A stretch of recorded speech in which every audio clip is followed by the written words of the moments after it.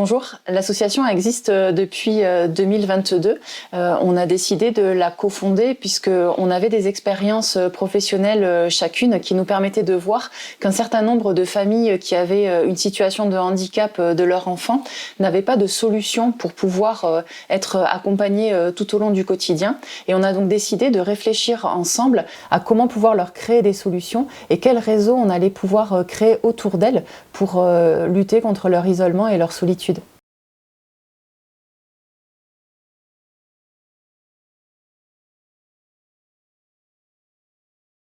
Ce qui existe aujourd'hui sur Toulouse, ça va être un vaste panel en fait de services proposés. Ce qu'on peut voir, c'est que c'est des services qui demandent soit une participation financière aux familles, et nous, on va aller chercher des familles qui justement sont dans une telle précarité qu'elles ne peuvent pas en fait s'acquitter de cette participation financière. Et de plus, les associations attendent qu'on aille vers elles pour s'y inscrire. Nous allons vers les familles qui sont en situation d'isolement profond du fait de la situation de handicap. C'est nous qui allons vers.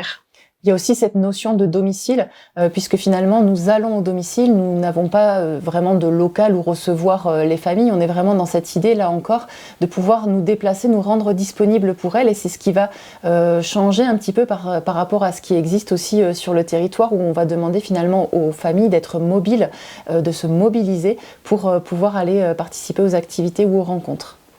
Et de par aussi la fréquence de nos interventions, puisque nous intervenons auprès des familles entre une fois par semaine, des fois une fois tous les 15 jours selon les besoins, mais on essaye d'être le plus présent possible pour ces familles pour que la situation ne se gangrène pas. Au début, quand j'ai rentré en France, j'avais vraiment des difficultés de transport, difficultés d'avoir un colis alimentaire. Parce que j'étais avec Ibrahim, et comme vous savez, c'est Ibrahim, il a un polyhandicap, il peut pas marcher, je pourrais pas même faire le trajet avec lui. Alors c'est Marine et aussi qui ont venu ici, et ils m'ont proposé de m'accompagner pour avoir le colis alimentaire, par exemple au Resto du Cœur, pour par exemple pour voir le colis là au île de Ramier, colis postal. C'est parce que c'est vraiment loin de chez moi, là où je suis hébergée. Alors, des activités, des sorties. Et donc, quand je les ai connus, ils m'ont aidée parce qu'ils m'ont accompagnée. Elle venait avec moi souvent, quand je sortais avec Rassoul et tout. Et donc, c'est ça qui m'a plus aidée.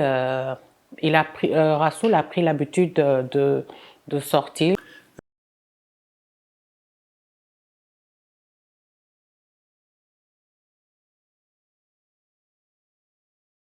Donc comme on le disait, on va chez les familles au domicile, donc il y a vraiment une relation de proximité qui se crée parce qu'on rentre dans leur intimité.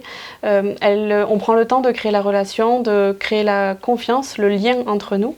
Et c'est ce qui nous permet après de pouvoir mettre en place tout ce dont elles ont besoin, en tout cas le plus possible, pour les accompagner à sortir de leurs difficultés ou de la période de crise qu'elles peuvent traverser. Ça veut dire que par exemple, quand Lucille par exemple, va au domicile, elle peut être amenée à soutenir la famille dans son quotidien, de pouvoir l'aider à sortir avec l'enfant si les symptômes sont trop importants pour qu'elle puisse sortir toute seule, l'aider à faire des papiers, des démarches, de pouvoir aussi lui proposer un temps de répit, c'est-à-dire que ça permet aux parents qui est toujours habituellement accaparé par son enfant de pouvoir sortir pour des rendez-vous médicaux qui le concernent, et nous pendant ce temps on garde l'enfant. Et puis il y a aussi tout ce qui va concerner le travail avec la fratrie. Oui, on intervient aussi auprès des fratries lorsque l'enfant en situation de handicap prend beaucoup de temps et beaucoup de place au domicile. La fratrie peut se retrouver vite mise de côté, et nous on peut aussi intervenir, soit leur trouver une activité extrascolaire, soit les aider à recréer du lien avec le parent pour qu'il retrouve sa place. C'est vrai qu'on parle beaucoup des familles avec un enfant en situation de handicap, mais on a aussi cette vocation à intervenir auprès de parents qui sont eux-mêmes en situation de handicap et qui doivent s'occuper de leur enfant mineur. Et là, on va plus être dans un soutien à la parentalité, de redonner confiance, pouvoir les amener vers des lieux où ils vont pouvoir se socialiser avec leur enfant, et surtout vraiment cette idée de soutien et de réassurance. Et dans ce cadre-là, certaines fois, les familles ont aussi juste besoin de pouvoir parler. Et c'est là que notre mission aussi est importante, de prendre ce temps-là, d'être dans l'écoute, pour pouvoir recevoir tout ce qu'elles vivent, tout ce qu'elles ont à dire, qui des fois, rien que de le déposer, leur fait déjà du bien. Ils m'aident beaucoup. Par exemple, pour aller dans les réunions, à l'école, et un peu de tout. Au CMP, je suis partie avec Lucille. Elle m'a beaucoup aidée et elle m'accompagne en fait. C'est mon bras droit. Vous voyez, c'est vraiment entre guillemets, c'est la vérité. Parce que là, si j'étais toute seule, j'arrive pas. Peut-être que je vais penser à faire d'autres choses. Mais là, quand l'association elle a commencé de m'accompagner, de me faire les démarches, de faire beaucoup de choses. Je ne pense pas à beaucoup de choses. Vous voyez, c'est pas la vie quotidienne devenue pour moi moins compliquée par rapport au début.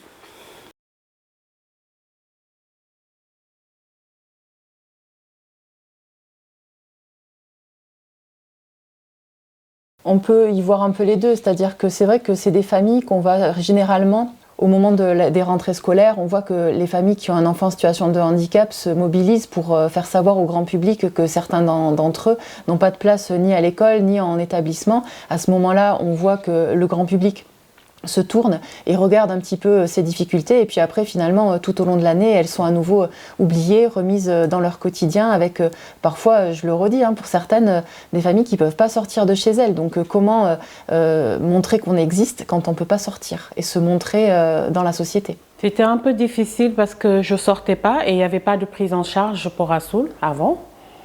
Et j'avais du mal à sortir avec lui parce que il avait tendance à se mettre en danger dehors et tout. Et donc, pour la communication aussi, c'était très difficile. Parce qu'avant, il était presque tout le temps à la maison. J'avais peur de le sortir, en fait. J'avais peur de le sortir par rapport parce qu'il n'a pas le sens du danger. Donc, il y avait ça. Il y avait son comportement. Quand je le sors, par exemple, quand je le rentre dans le bus, qu'il voit quelqu'un qui mange quelque chose ou qui achète, il venait vers lui, il me disait qu'il voulait ça, il roulait par terre, il faisait ses crises et tout, et c'est beaucoup différent aujourd'hui. Donc maintenant, ça va. J'ai plus peur de le sortir. Il sort, il part à l'école, il va voir les médecins et tout en bus, et ça va beaucoup mieux.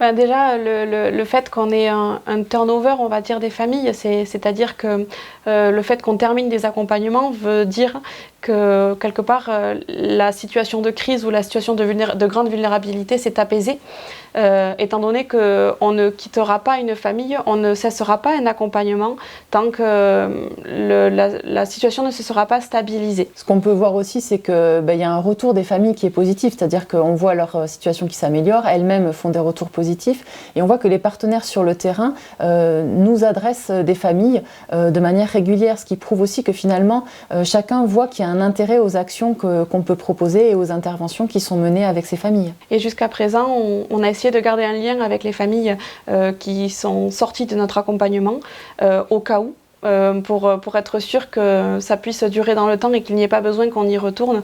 Et jusqu'à présent, les retours qu'on a eus après coup, quelques mois après, ont pour la plupart du temps été positifs et les situations sont restées stables. Je continue ma vie. Lucie, elle est dans ma tête, là, elle est gravée. Elle est gravée, là. Même si, par exemple, je vais être régulier, peut-être que je change la ville et tout, mais Lucie, là, c'est là parce que j'ai trouvé Lucie, là, dans les...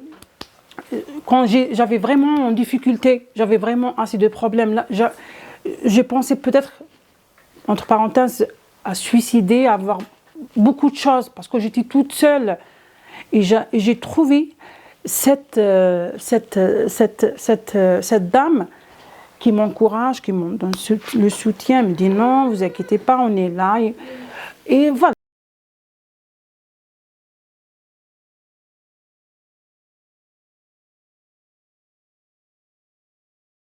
La plupart du temps, ça se fait assez naturellement avec les familles parce qu'on refait régulièrement des points, on va dire, sur la situation en expliquant quels étaient leurs besoins de base, tout ce qu'on a pu mettre en place et tout ce qu'il y a de nouveau aujourd'hui.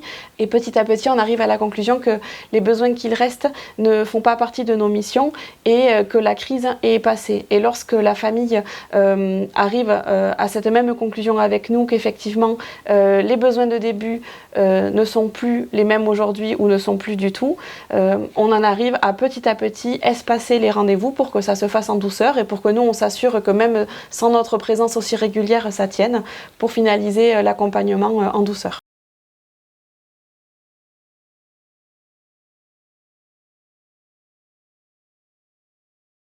C'est vrai que au niveau de cet apport nous permet en fait de compléter ce qui peut nous être donné puisque nous en fait on fonctionne essentiellement et voire quasi exclusivement avec les subventions des pouvoirs publics et donc l'apport du Rotary Club va être sur tout ce qui va être par exemple aujourd'hui on a le souhait de pouvoir développer des activités en collectif, en petit collectif avec les familles pour leur permettre de se rencontrer.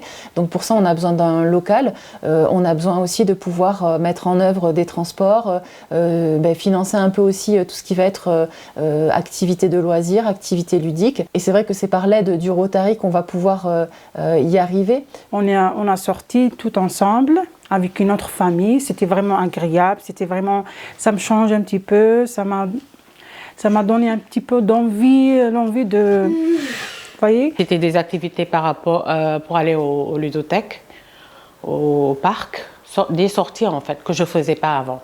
À la piscine, un peu partout. Aussi, on a certaines familles qui n'ont pas encore accès à la langue française et c'est vrai que pouvoir avoir accès à de l'interprétariat pourrait des fois nous aider dans certains entretiens avec les familles pour que l'on puisse aller en profondeur dans les besoins et dans l'échange qu'on a avec elles. Aujourd'hui, vous êtes relativement une petite équipe présente chaque jour. Comment ça se passe? Parce que vos besoins, j'imagine, se révèlent chaque jour de plus en plus importants et les sollicitations doivent être de plus en plus nombreuses. Comment envisagez-vous donc cet élargissement au niveau de l'équipe? Le projet il a été pensé pour un poste de coordonnatrice et 2 postes de travailleurs sociaux. Aujourd'hui, nos interventions elles sont principalement sur la ville de Toulouse, mais on a vraiment à cœur de pouvoir élargir toutes les actions qu'on va proposer à des familles qui seraient résidentes des communes de Toulouse métropole. Et pour ça, c'est vrai qu'on va avoir besoin de non seulement de pérenniser nos emplois, mais aussi peut-être de développer le temps de travail qu'on peut avoir aujourd'hui et qui n'est encore que du travail à temps partiel.